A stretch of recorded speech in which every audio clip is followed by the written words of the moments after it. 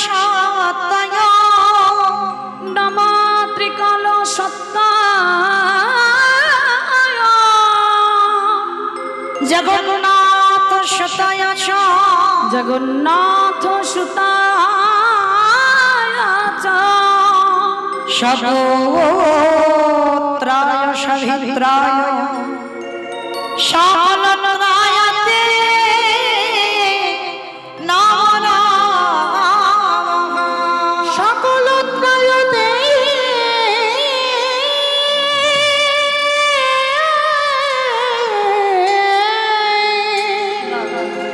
নমো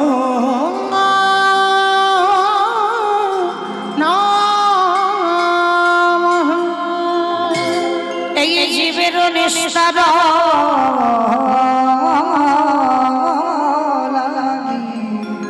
নিস্তার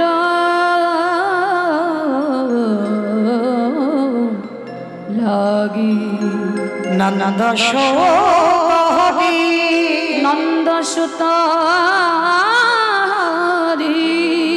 ভুবনে প্রকাশ কইল ভুবনে প্রকাশ হলো আমাদের গুরু রূপ ধরি আমাদের গুরু রূপ ধরি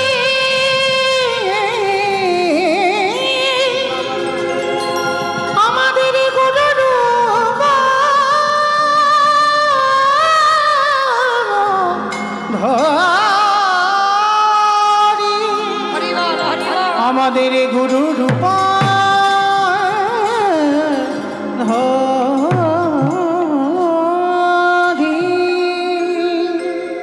সমবেত শুধু কৃষ্ণ অনুরাগী গৌর অনুরাগী মাতৃমণ্ডলী পিতৃমণ্ডলী আহুত অনাহুত ভাগত এই গ্রামবাসী বৃন্দ যারা আমার রাধা গোবিন্দের যারা আমার গৌর নিতাই রাতুল চরণাশ্রয় গ্রহণ করেছেন তাহাদের সবাকার চরণে রইল আমার কোটি কোটি দণ্ডবত।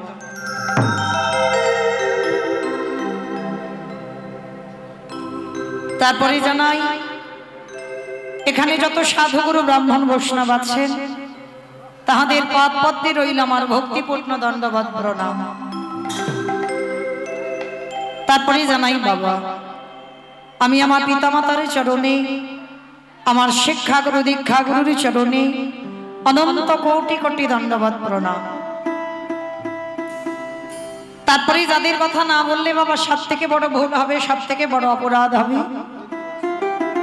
যে কমিটি দাদা ভাই বাবা ঠাকুর ভাইদের ঐক্লান্তিক প্রচেষ্টায় যাদের উদ্যোগে আজকের মহতী নাম যজ্ঞানুষ্ঠান কীর্তন জগতে সর্বকনিষ্ঠতম কীর্তনিয়া হয়ে আমি মৌমিতা ঘোষ আমার সম্প্রদায়ের তরফ থেকে সর্বাগ্যে তাদের চরণে জানালাম কোটি কোটি দণ্ডবত প্রণাম। যারা ভিক্ষা করে, যারা মাধুকরী করে, যারা দিনের পরে দিন একটা বৎসর ধরে ভিক্ষা করে বাবা হরি নামের আয়োজনটা করেছেন, শুধুমাত্র নিজস্ব মঙ্গলের জন্য নয়, যারা কমিটিতে যুক্ত আছে তাদের মঙ্গলের জন্য নয়, গোটা গ্রামের মঙ্গলের জন্য আজকের এই মহানাম যজ্ঞানুষ্ঠান। তো আমার মতে বলি কীর্তনের প্রারম্ভে যারা মাধুকরী করে বাবা হরি নামের আয়োজন করে কীর্তনের প্রারম্ভে আগে তাদেরকে প্রণাম দেওয়া উচিত। তা চলেন আজকের আমরা সবাই সেই কমিটি দাদা ভাই বাবা ঠাকুর ভাইরা যারা আছেন তাদের চরণে প্রণাম জানিয়ে আজকের আমরা কিছুক্ষণের জন্য যাব বাবা শ্রীধাম নদিয়া নবদ্বীপ ধাম। তবে একটা কথা বলিনি, মা ভগবানের লীলা তো, ভগবানের নাম বলতে কি অনেক ভুল ত্রুটি হবে, হবে কেন? অবশ্যই করব। নিজ নিজ সন্তান মনে করে, নিজ নিজ ভগ্নী মনে করে সেই ভুল ত্রুটিকে ক্ষমা করে দেবে। তো কীর্তনের প্রারম্ভে বাবা যত বড় কীর্তনিয়া হই না কেন, যত জগতে বড় বড় কীর্তনিয়া আসুক না কেন, আগে আমার দুটো ছেলেকে ডাকতেই হবে, না হলে কীর্তন হবে না। এক হলো আমার নিতাই চা, এক হলো আমার গৌর চা। আর এই দুটো ছেলেকে বাদ দিয়ে বাবা কীর্তন হয়? চৈতন্য চরিতামৃত গ্রন্থে কবিরাজ গোস্বামী পাদ লিখেছে, সংকীর্তন পিতা শ্রীকৃষ্ণ চৈতন্য, সংকীর্তন যজ্ঞে তারে যে ভজে সেই বড় ধন্য। তাহলে কীর্তনের প্রারম্ভে বাবা আগে আমার দুটো ছেলেকে ডাকতে হবে, তারপরে কীর্তন হবে। কারণ যুগ ধর্ম প্রবর্তক নাম সংকীর্তন, চারি ভাব ভক্তি দিয়া নাচাই ভুবন। আপনি ভক্ত ভাব করি অঙ্গীকার, আপনি না করলে ধর্ম জীবের শেখানো না যায়, আপনি আচরি ধর্ম জীবেরই শেখায়। এই তো সিদ্ধান্ত গীতা ভাগবতে গায়। এই মতো কলিকালে প্রথম সন্ধ্যায় অবতীর্ণ হলেন কৃষ্ণ, আপনি নদিয়া। তাহলে কি বুঝলাম? নিজে আচরণ করে সমাজকে শিক্ষা দিলেন, আর সমাজকে শিক্ষা দিয়ে বাবা নিজে ভক্ত হয়েছে। কি মাইরা চৈতন্য মহাপ্রভু কলিযুগে তো ভক্ত ভাব অঙ্গীকার করেছে। তিনি নিজে কৃষ্ণ, আবার কৃষ্ণ বলে কাঁদছে। যে রাধাকে বামাঙ্গ থেকে সৃষ্টি করলো তবুও বাবা সেই রাধা বলে কাঁদছে। কেন না? নিজে আচরণ করে সমাজকে শেখালো, ওরে কলির জীব আমাকে দেখে শেখ। আমি যেমন সাধুগুরু বৈষ্ণবদের সম্মান করি, আমি ভগবান হয়ে কৃষ্ণ বলে কাঁদি, আমি ভগবান হয়ে কখনো রাধা ভাবে ভাবিত হই। কলির জীব তোরাও আমাকে দেখে শেখ। তোদের কারো দুটো থালা, দুটো গ্লাস, দুটো বাটি করতে হবে না। কলির মানুষ, এদের স্বল্পায়ু, ভজনের সময়ও কম। একটা থালা, একটা গ্লাস, একটা বাটিতে দিলে যা হবে ও দুটোরই কাজ হয়ে যাবে। কেন? রাধা গোবিন্দ যুগল ভজন করবে, কিন্তু কলিকারীর মানুষ মা আমার চৈতন্য মহাপ্রভুর চরণ যদি একটাই ভজন করা যায় তাতে কৃপা হবে। কেন? রাধা কৃষ্ণ একাত্মা দুই দেহ ধরি, অনন্য বিলাস রস আস্বাদন করি। এই দুই ভাবে চৈতন্য গোসাই ভাব রস আস্বাদিতে দোহে এক ওঠা। তাহলে রাধা কৃষ্ণ ভজন না করে গৌর ভজন করলে ওই একই কাজ হবে।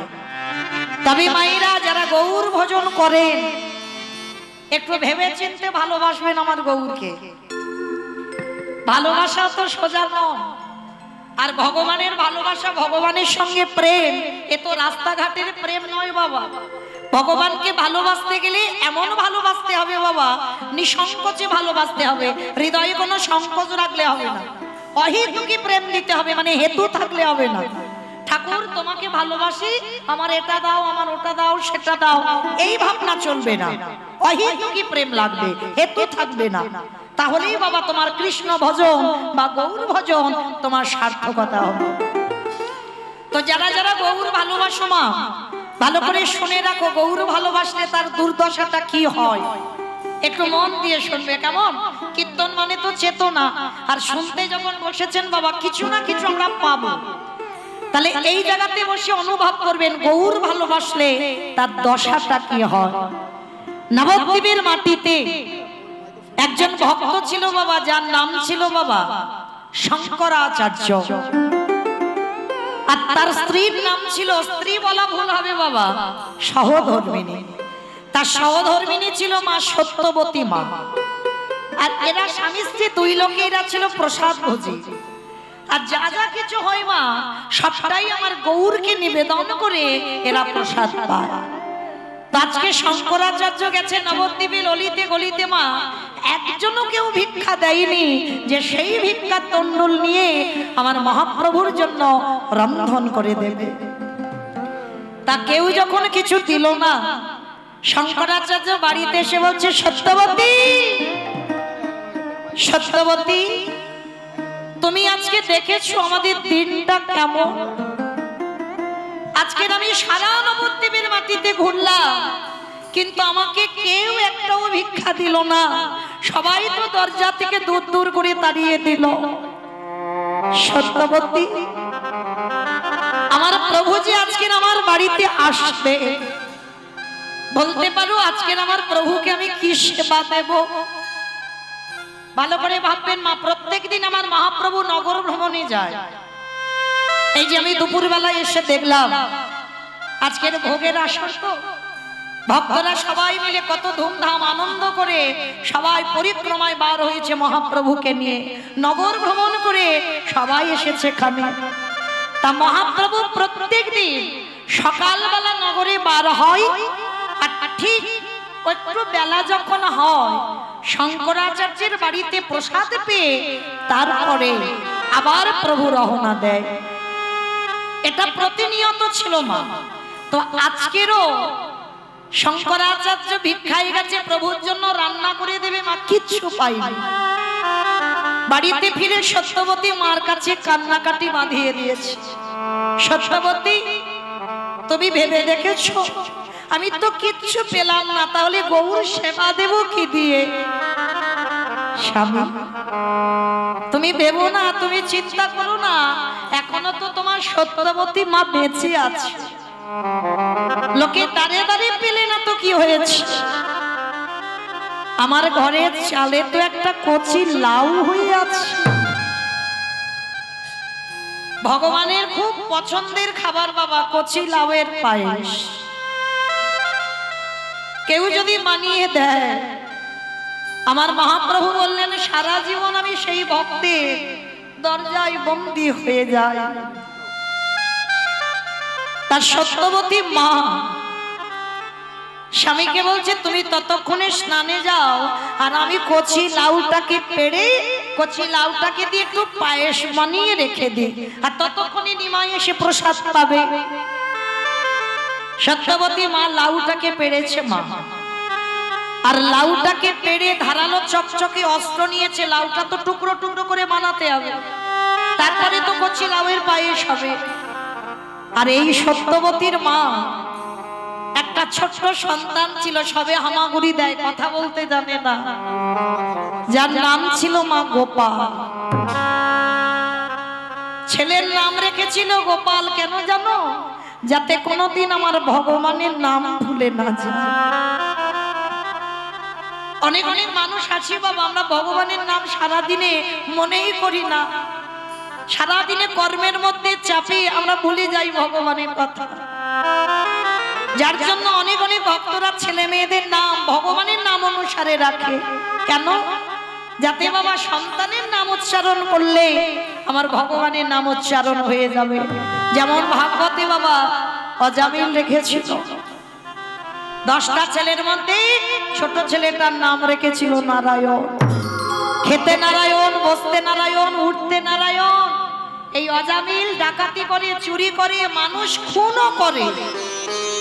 তাহলে যে মানুষ খুন করে মা, তাকে কি কোনোদিন আর স্বর্গ লাভ হয়? তাকে তো নরক যন্ত্রণা পেতে হবে। তা সেই অজামিল মানুষ খুন করেও ওই ছোট ছেলেটার নাম উচ্চারণ করতে করতে শেষের দিনে বাবা অজামিল চলে গেল বৈকুণ্ঠে। তাই সবার কাছে নিবেদন, যত সিনেমা দেখো না কেন, যত সিরিয়াল দেখো না কেন, সন্তানের এমন নাম রাখতে হবে যে নাম উচ্চারণ করে তুমি ভব নদী পার হয়ে যাবে। রেখেছিল বাবা, ছেলেটার নাম গোপাল। আর মা সত্যবতী মা অস্ত্রটা নিয়েছে ভোরের বেলা। আর দেখবেন বাবা বেশিরভাগ আমরা মা তো আমরা ভালো বুঝি, সন্তানদের ঘুমটা বাবা ভোর ভোরে একটু ভেঙে যায়। আর যখন ভোরের বেলা ভেঙে যায় আর ছেলেকে কোলের কাছে নিয়ে যদি আবার একটু স্তনদুগ্ধ দেওয়া যায়, আবার ছেলে কোলের কাছে ঘুমিয়ে পড়ে। তার সত্যবতী ভোরের বেলা লাউটাকে বানাবে বলে বসেছে, আর সেই সময় ওই গোপালের ঘুমটা ভেঙে গেছে। হামাগুড়ি দিতে দিতে আজকে সত্যবতী মার কোলে বসে স্তনদুগ্ধ পান করতে করতে মার কোলে কখন ছেলেটা ঘুমিয়ে পড়েছে। আর ঠিক ভোরের বেলা মহাপ্রভু আমার হরিনাম করতে করতে আসছে। ভজ শ্রীকৃষ্ণ কহ শ্রীকৃষ্ণ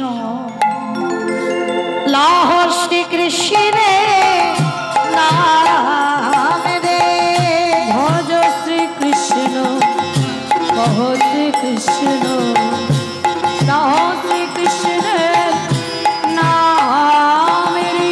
দাদা ভক্তরা সবাই চিৎকার করে উঠেছে, প্রভু আমরা বলবো না, কেউ বলবো না। বলে কেন বলবে না? কেন বলে ওই নাম আমরা বলবো না, উচ্চারণও করবো না, যদি দরকার হয় তো তুমি গাও। তা মহাপ্রভু বলছে কেন তোমরা বলবে না? কেন তোমাদের কি নাম গাইবে? বলে কেন প্রভু? ওটা তুমি বলবে আর আমরা কি বলবো গো? কিংবা মাইরা সবাই একবার হাত দুটো তোলো তো দেখি। আমরা কলির মানুষ, আমরা যে নাম গাইব সে নামটা সবাই একসঙ্গে বলবো, কেমন? ভজ গৌরাঙ্গ কহ গৌরাঙ্গ লাহ গৌরাঙ্গে নামে রে। ভজ গৌরাঙ্গ কহ গৌরাঙ্গ লহ গৌরাঙ্গের নামে রে। যে জনা গৌরাঙ্গ ভজে সে হয় আমার প্রাণ রে। যে জন গৌরাঙ্গ ভজে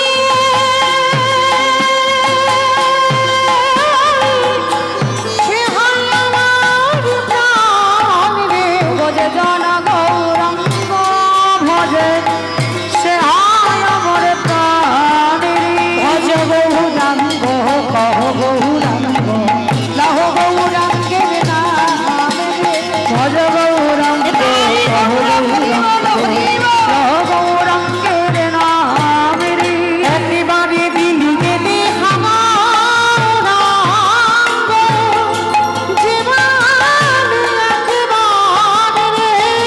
একেবারে দিলে গেলে গৌরাঙ্গ অগদে ডাকে পদে রে। আবার সে যেন আমার হয়ে আমি হই তাহারে। সে যেন আমার হয় আমি হই তারে। ভজ গৌরাঙ্গ কহ গৌরাঙ্গ লাহ গৌরাঙ্গে নামে রে। মহাপ্রভু আমার সকালবেলা হরিনাম করতে করতে ওই শঙ্করাচার্যের ঘরের দিকে আসছে, আর ওই হরিনামের ধ্বনিটা শঙ্করাচার্যের স্ত্রী সত্যবতীর কানে বেজেছে। এই জায়গাটা না ভালো করে একটু শ্রবণ করে। আর যেই না সত্যবতীর মার কানে বাজলো, ওই হরিনামের ধ্বনিটা যেই না বেজেছে, একেবারে হরিনামের মধ্যে মা আমার একেবারে ডুবে গেছে। মানে আর কোনো খেয়াল নেই আমি কোথায় বসে আছি, আমি কি কর্ম করছি, কি আমার চারিদিকে আছে, বাবা কোনো খেয়াল নেই, একেবারে হরিনামে ডুবে গেছে। আর যেই না হরিনামে ডুবে গেল, ওই ধারালো চকচকে অস্ত্রটা সামনে ছিল, আর কচি লাউ আর গোপালের মাথাটা একই জায়গায় ছিল। সত্যবতী মামা আর বুঝতে পারলো না, ওই লাউ মনে করে চকচকে অস্ত্রের কাছে গোপালের মাথাটাকে টেনে তুলেছে।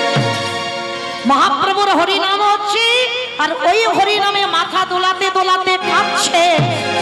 আর দেখবেন মা চোখের জল যদি এসে যায় আবছা আবছা হয়ে যায়, ভালো করে দেখতে পাচ্ছে না সত্যবতী মা। আর লাউ মনে করে গোপালের মাথাটাকে নিয়ে ওই ধারালো চকচকে অস্ত্র দিয়ে ওই গোপালের মস্তকটাকে ছেদন করে দিয়েছে।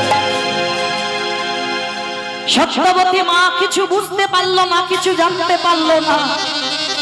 যখনই ছেলের মাথাটা কেটে দিয়ে মা নিজের হাতে টুকরো টুকরো করছে, যেমন লাউ টুকরো করে যেমন থালাতে গুছিয়ে রাখে, সত্যবতী মা আমার লাউয়ের মতো টুকরো টুকরো করে গুছিয়ে রেখেছে। খেয়াল নেই যে আমি কার মাথা কেটেছি। এদিকে প্রভু আমার হরিনাম করতে করতে ওদেরই বাড়িতে আসছে। ভালো করে অনুভব করবেন বাবা, যারা গৌর ভালোবাসে তাদের কি দুর্দশাটা হয়। শঙ্করাচার্য স্নান করে দুয়ারে এসেছে, আর দুয়ারে এসে বাবা যেই না উঠানে একটা চরণ দিয়েছে, চমকে কি এত রক্ত, এত রক্তের স্রোত কোথা থেকে বইছে আমি তো বুঝতেই পারছি না। এত রক্ত আমি কোনোদিনই দেখিনি। উঠান থেকে যেই না বারান্দায়টা পা দিয়েছে, দেখে না সত্যবতী মা আমার হরিনামে মাথা দোলাচ্ছে, হরিনামে ধ্বনিটা আসছে। প্রভু তো আসছে নগর ভ্রমণ করতে, আর ওই ছেলের মাথাটা টুকরো টুকরো করে কেটে থালাতে রেখে সত্যবতীর মায়ের সর্ব অঙ্গটা রক্তে রক্তাক্ত হয়ে গেল। যখনই সর্ব অঙ্গটা রক্তে রক্তাক্ত হয়ে গেল, সত্যবতী মা আমার কিছুই বুঝতে পারছে না, কিছুই জানতে পারছে না, কারণ সে কি কর্ম করেছে। শঙ্করাচার্য সে ডাকছে, সত্যবতী শুনতে পাচ্ছ আমার কথা? বাবা যে ভগবানের নামে একবার ডুব দেয়, তার বাহ্যিক জগতের কোনো জ্ঞান থাকে না, সে কিছু বুঝতেই পারে না, কোনো আওয়াজ তার কানে যায় না। আর যেই না বারবার বলছে সত্যবতী একবার কথা বলো, কোনো খেয়াল নেই বাবা, সে শুধু হরিনামে ডুবে গেছে, হরিনামে কেঁদে যাচ্ছে। এইবার শঙ্করাচার্য গিয়ে যেই না সত্যবতী অঙ্গটা স্পর্শ করেছে, সত্যবতী এতক্ষণ করে ডাকছি, তুমি শুনতে পাচ্ছ না? যেই না স্বামী ডেকেছে, চমকে উঠেছে, স্বামী তুমি আমায় ডাকছিলে, কি হয়েছে তোমার? দেখো তুমি কি করেছো। সত্যবতী নিজের দিকে তাকিয়ে দেখলো মা, ততক্ষণে নিজ পুত্রকে টুকরো টুকরো করে কেটে থালাতে রেখে দিল। আর ছেলের দেহটা সত্যবতী মার কোলের উপরে আছে। চিৎকার করে ডাক দিল, গৌর হরি, গৌরী হে।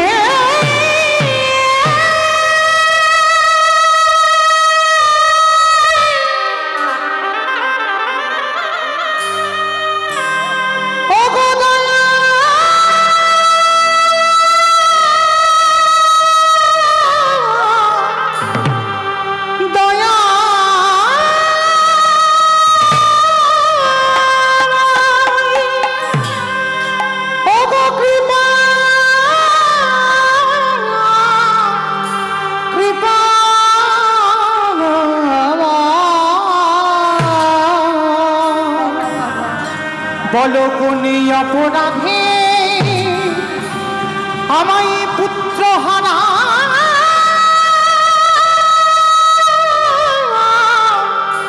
করে দিলে।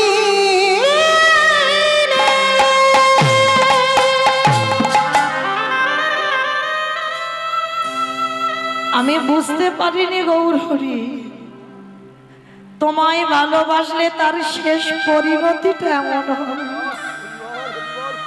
আমি যদি বুঝতে পারতাম তোমার নাম আমি কোনোদিন ভালোবাসতাম না, আমি যদি জানতে পারতাম তোমার নাম আমি কোনোদিন উচ্চারণ করতাম না। শঙ্করাচার্য যেই না দেখছে সত্যবতী মা পাগলিনীর মতো কাঁদছে, মানে অবলা ছেলে এখনো কথা বলতে পারে না, নিজের হাতে মা টুকরো করে কেটেছে।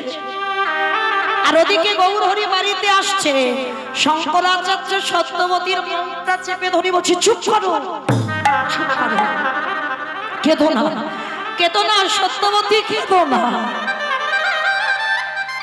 কেন ভুলে যাচ্ছ? আজ আমি তোমাকে একটা সত্য কথা বলে রাখি, সত্য বলবো। আমার ছেলেটা মরে গেছে, আমার ছেলের এই মৃত্যু শোক আমি সইতে পারবো, কিন্তু আমার বাড়িতে যে আজকে আমার গৌর হরি আসবে না, আমার বাড়িতে যে একটা দিন হরিনাম বন্ধ হবে, এইটা আমি সহ্য করতে পারবো না। কেমন ভক্ত দেখেছো, ছেলে মরে গেছে সহ্য করতে পারবে, কিন্তু একদিন বাড়িতে হরিনাম হবে না, এইটা সহ্য করতে পারবে না। কিন্তু মা তো, বাবা ধৈর্য ধরতে পারে, বাবার মনের কষ্টটা সবার কাছে বলতে পারে না, কিন্তু মা বলতে পেরে যায়। সত্যবতী মা এত কাঁদছে, শঙ্করাচার্য মুখটা বেঁধে দিয়েছে যাতে আওয়াজ না বেরোয়, আর ছেলের টুকরো করা দেহটা পুটলিতে করে বেঁধে ঘরের মধ্যে রেখে দিয়েছি, যাতে আমার গৌর হরির কাছে চলে না আসে। সত্যবতী মায়ের হাতে পায়ে দড়ি বেঁধে দিয়েছি। ঘরের দরজা বন্ধ করে স্ত্রীকে রেখে দিয়েছে, আর ওদিকে গৌর হরি আমার হরিনাম করতে করতে শঙ্করাচার্যের বাড়ি ঢুকেছে। প্রতিদিন যেমন আনন্দ হয় আজও হচ্ছে। শঙ্করাচার্য প্রতিদিন প্রভুর সঙ্গে নগর ভ্রমণ করে, আর নয়ন জলে বক্ষ যুগল ভাষা। কি বাবা, আমরা তো নগর ভ্রমণ নাচানাচি করে করি। নবদ্বীপের মানুষরা মহাপ্রভুর সঙ্গে যখন হরিনামে যেত,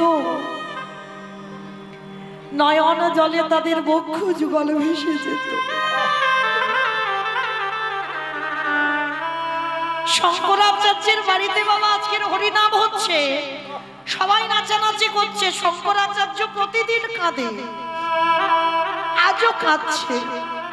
তবে বাবা আজকের কান্নাটা একটু আলাদা, কারণ দুটো শোক তো একসঙ্গে হয়েছে। পুত্র হারাবার শোক, আর প্রভু যদি আজকে জেনে যায় যে আমার বাড়ি অসহজ হয়েছে, তাহলে কালকে থেকে আমার বাড়িতে আর হরিনাম হবে না। এই দুটো শোক, হরিনাম বন্ধ হবার শোক আর পুত্র হারাবার শোক, দুটো একসঙ্গে হয়েছে। যখনই নয়ন জলে বুক ভাসিয়ে কাঁদছি, প্রভু আমার এসে জিজ্ঞাসা করছে, আচ্ছা শঙ্করাচার্য, তোমার কাছে আমি আজকের একটা কথা জানতে চাই। কি কথা গৌর হরি? আচ্ছা তুমি প্রতিদিন হরিনাম শোনো, হরিনাম গাও, কিন্তু কোনোদিন তো তোমাকে আমি এত কাঁদতে দেখি না। বলতে পারবে তোমার বাড়িতে কি কোনো অমঙ্গল ঘটেছে? বলো না, তোমার বাড়িতে কি কোনো দুর্ঘটনা ঘটেছে?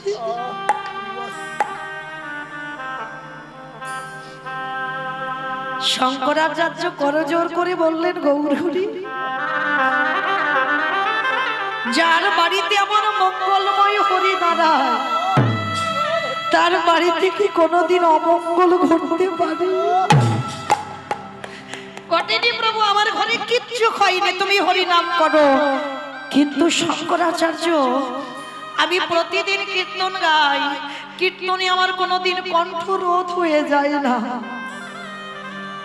প্রতিদিন কীর্তন গাই, কোনোদিন আমার বনফুলের মালা গলা থেকে ছিঁড়ে যায় না। প্রতিদিন কীর্তন গাই, আমার কীর্তনে কোনোদিন তাল ভঙ্গ হয় না। কেন জানি না মনে হচ্ছে তোমার বাড়িতে কোনো দুর্ঘটনা ঘটেছে। না না গৌর হরি, কিচ্ছু ঘটেনি আমার বাড়ি। আর এদিকে সত্যবতী মা দরজা বন্ধ করা, হাতে পায়ে দড়ি বাঁধা, শুধু মনে মনে আকুল প্রাণে কাঁদে আর বলে, গৌর হরি, গৌর হে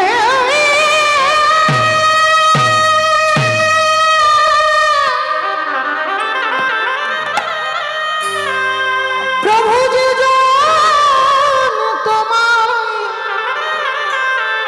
ভালো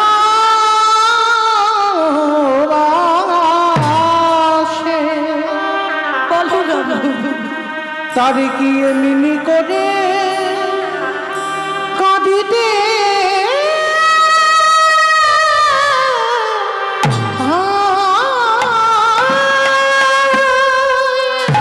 চমকে উঠেছে মহাপ্রভুর। যেই না চরণে চোখের জলটা একটা একটা করে পড়ছে, কে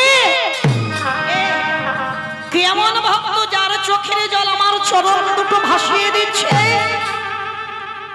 আচ্ছা শঙ্করাচার্য, আমি সবাইকে দেখছি, আমি সত্যবতী মাকে তো দেখতে পাচ্ছি না।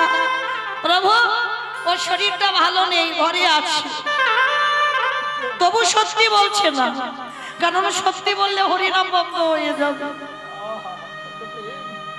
হরিনাম বন্ধ হবে, এটা সহ্য করতে পারবে না। মহাপ্রভু মনে মনে ভাবছে, শঙ্করাচার্য, পৃথিবীতে সবাই মিথ্যাবাদী, কিন্তু তুমি মিথ্যা বলবে এটা আমি ভাবি না।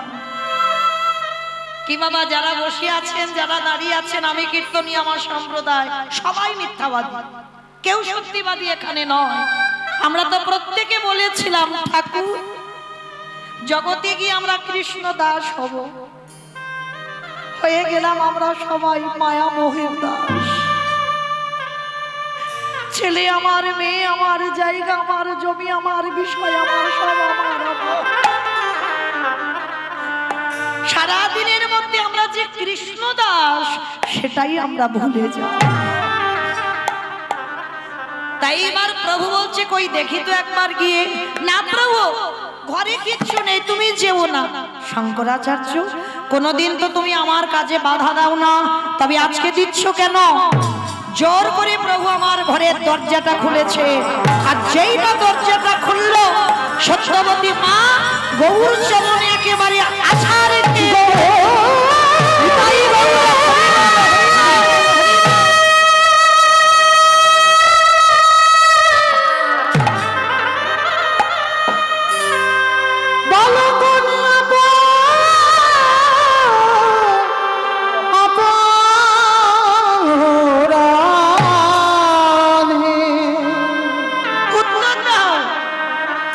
আমায় পুত্র হারা করে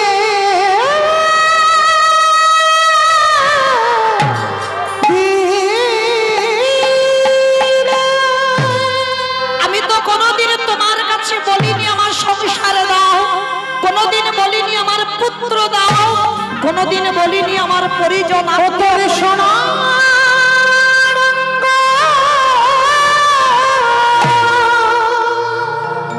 ফিরিয়ে দাও আমার সন্তানকে। হবে ভাঙ্গরে অতি জেরির পুরে হবিছ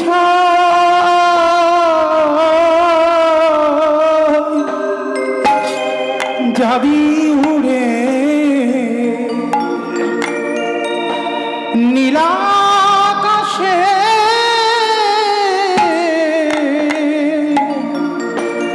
কইলারি ধোয়া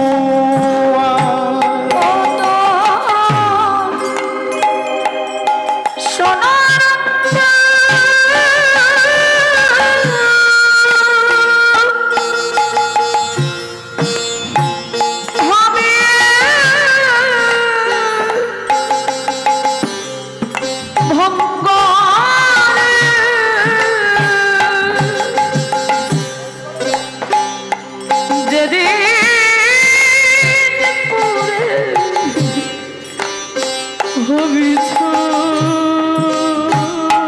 ফিরিয়ে দাও আমার ফিরিয়ে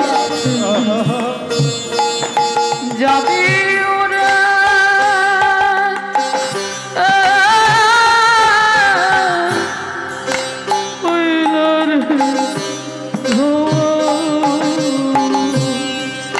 তোর টাকা পয়সা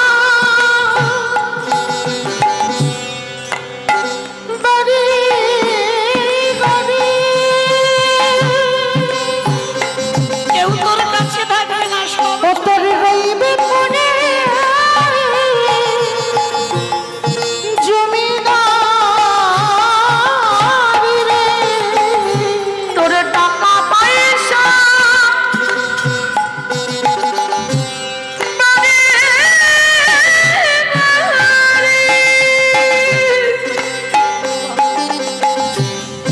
রইবে মনে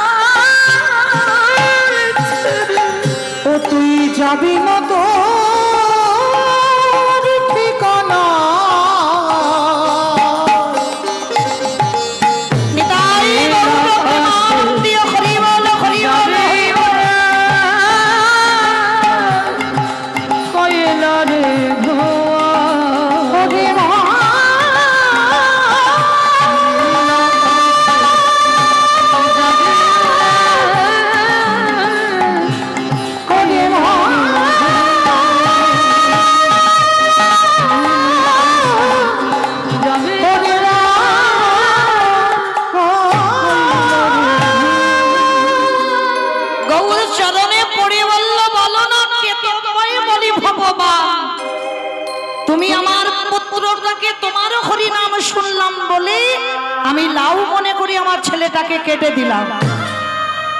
গৌর হরি, আজকে থেকে তোমায় কেউ ভগবান বলবে না, কেউ তোমায় ভালোবাসবে না। যখনই কাঁদছে সত্যবতী মা, প্রভু আমার বলছে দাঁড়াও, কান্নাকাটি করো না, আমি দেখছি তোমার ছেলে কোথায় গেছে। পরশমণির পরশে লোহা সোনা হয় মা। এই পরশমণি পাথর লোহাতে ঠেকালেই লোহা সোনা হয়ে যায়, খুব মূল্যবান। কিন্তু বাবা পরশমণির থেকে আরো মূল্যবান, সেটা হলো আমার গৌর চরণ। ওই পরশমণির যে একবার সম্মান পেয়েছে, তার কোনো জ্বালা থাকে না। এই বলতে গিয়ে মনে পড়ে গেল বাবা, মানকর স্টেশন আমি কীর্তনে গিয়েছিলাম বাবা। প্রতি বছর সেই জীবনের বাড়িতে আজও কীর্তন হয়। সেই মানকর স্টেশনে অনেকে নাম শুনেছেন, জায়গাটার নাম মানকর। এই মানকরে একজন ভক্ত ছিল যার নাম ছিল জীবন।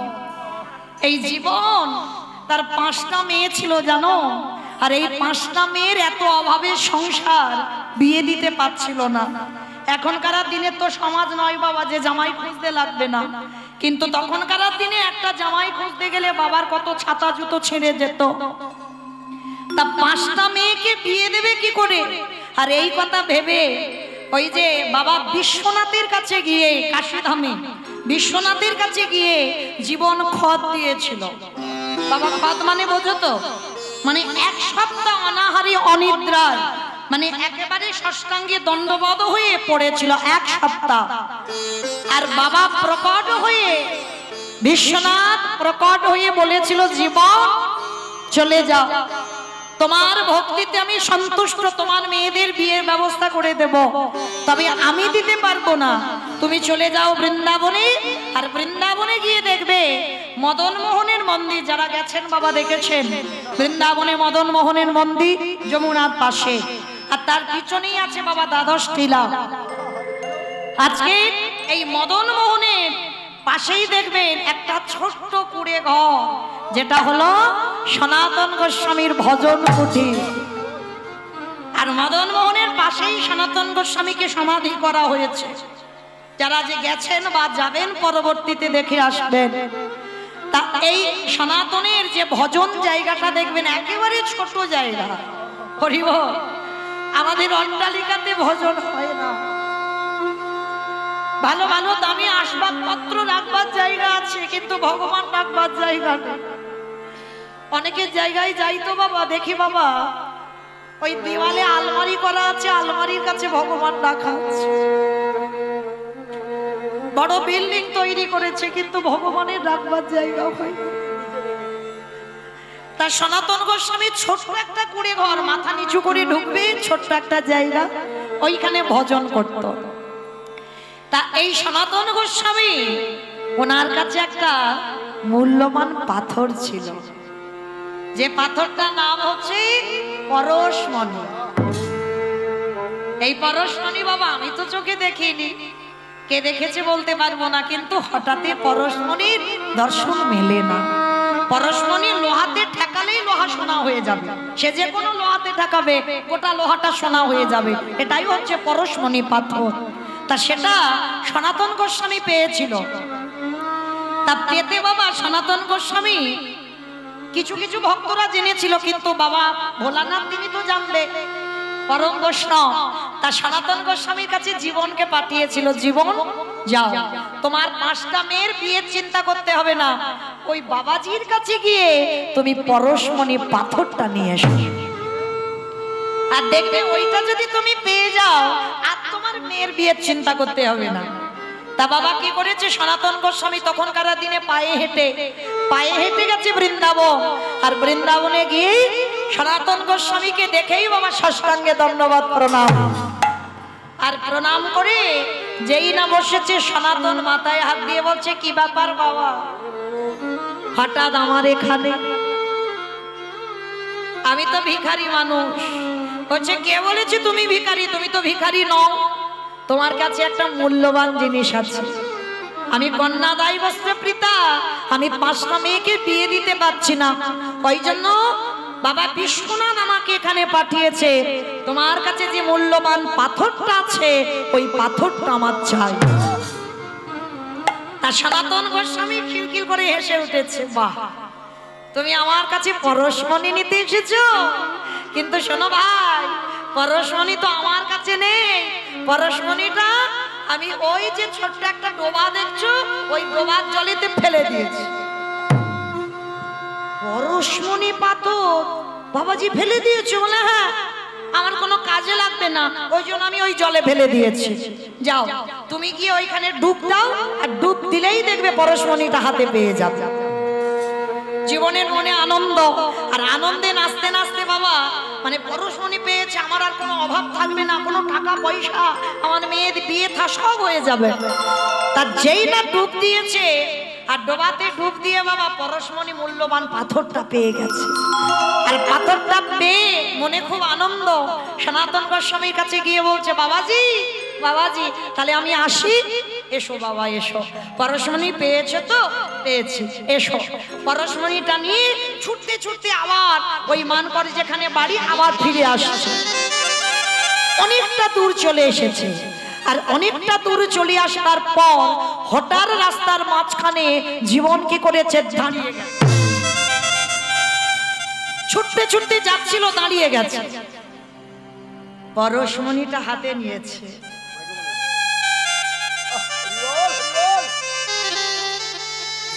চেতনা সবার তো হয় না বাবা, হয় অনেকের দেরিতে হয়, অনেকের তাড়াতাড়ি হয়।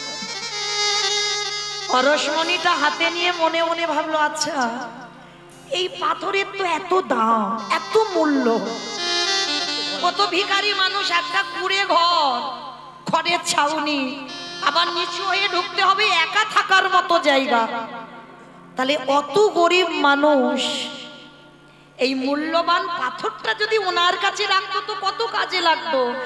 তাহলে এই মূল্যবান পাথরটা ওই পুকুরে ফেলে দিয়ে রেখেছে। তার মানে আমার মনে হয় এই পরশমণির থেকে ওনার কাছে আরো মূল্যবান জিনিস আছে, যেটা সন্ধান আমি জানি না, যে সন্ধান উনি পেয়েছে। তাহলে তোমায় দেখতে হয় এই পরশমণির থেকে কি এমন মূল্যবান জিনিস যেটা ওনার কাছে আছে। পরশমণি পাথরটা বুকে নিয়ে ছুটতে ছুটতে গেছে, গিয়ে সনাতন গোস্বামীর কাছে গিয়ে বলছে, বাবাজি বাবাজি একি বাবা, তুমি তো এক্ষুনি গেলে আবার চলে এলে, তোমার তো পরশমণি পাথর দিয়ে দিয়েছি। আজ নয়ন জলে কে দিয়ে বলে, বাবাজি তুমি কৃপা করে বলে দে,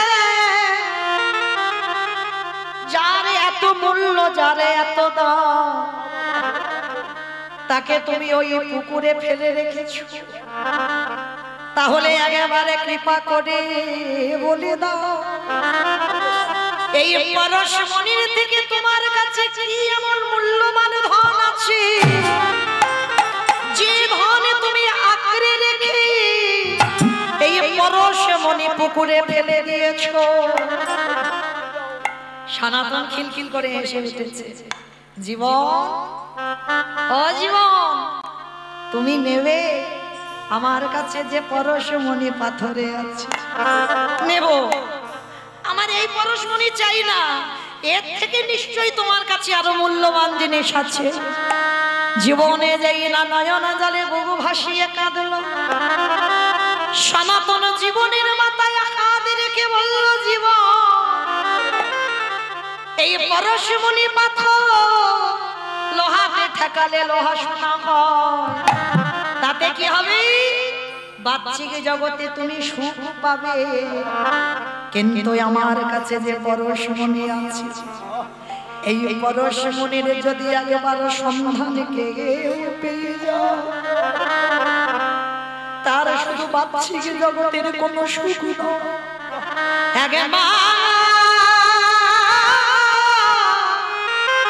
আমার কাছে যে মূল্যবান ধন আছে, সেই ধন যদি তুমি নিতে পারো, তোমার কি হবে জানো?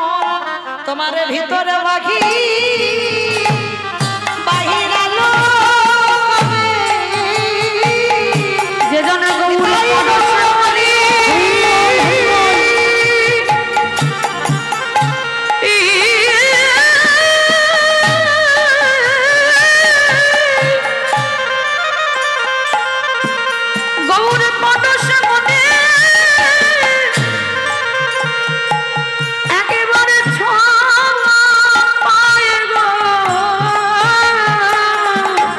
তার ভিতর বাহির আলো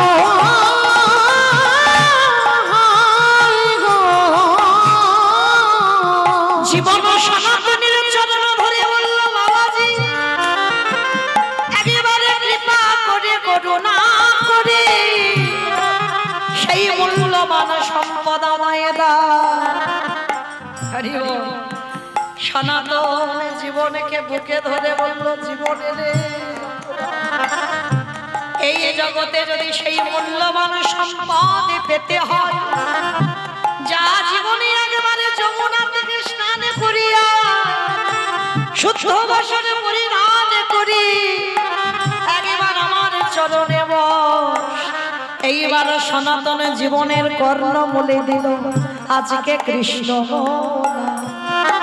যেই না কৃষ্ণ নামে জীবনের কানে গেল, সর্ব শরীরে কেঁপে উঠল, জীবনে কাঁদে আরে বলে গুরুদেব যে সম্পদের জন্য তোমার কাছে তার থেকে মূল্যবান সম্পদে পেলাম, বলি আরে তো আমি ঘরে ফিরব না, তাই হবে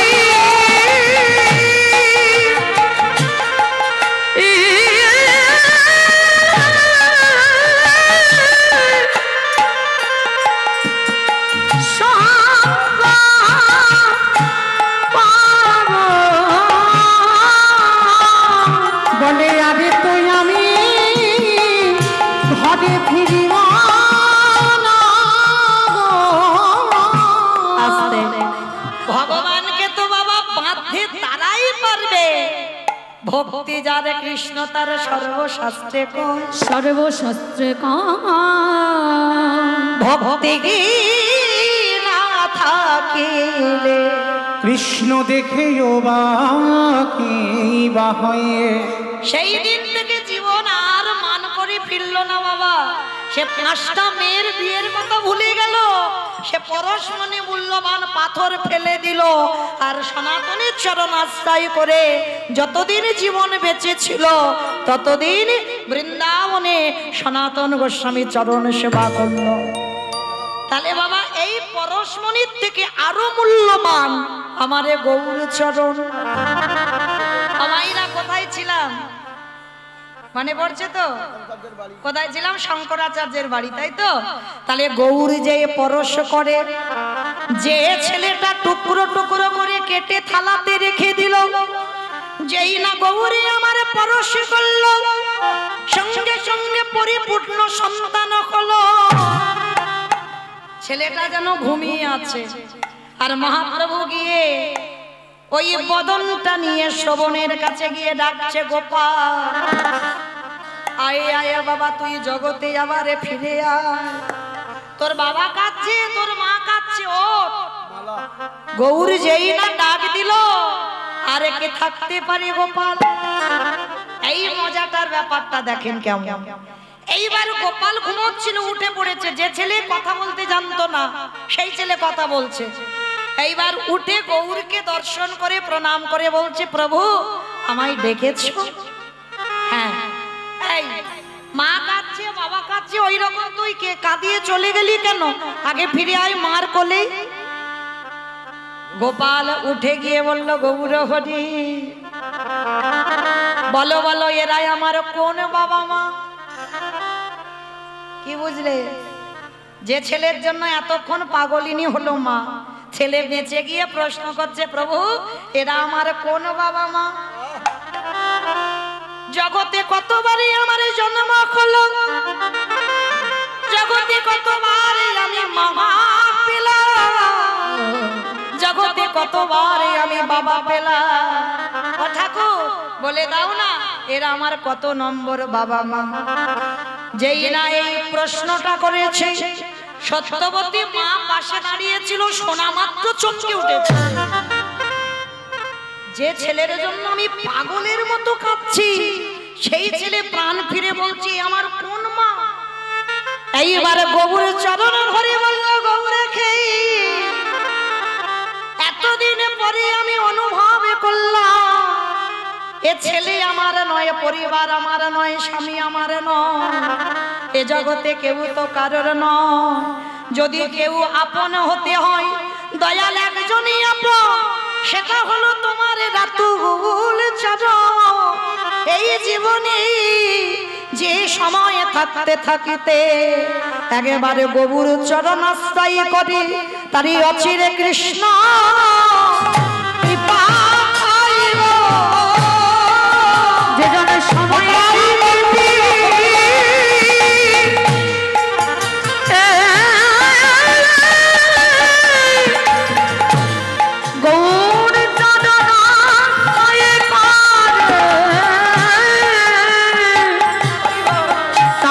চিরে কৃষ্ণ প্রাপ্তি হয় গো। আস্তে আস্তে আস্তে মায়েরা মনে রেখো একটা কথা, খুব দামি কথা, সময় থাকতে থাকতে গৌর চরণ ধরতে হবে, অসময় হবে না।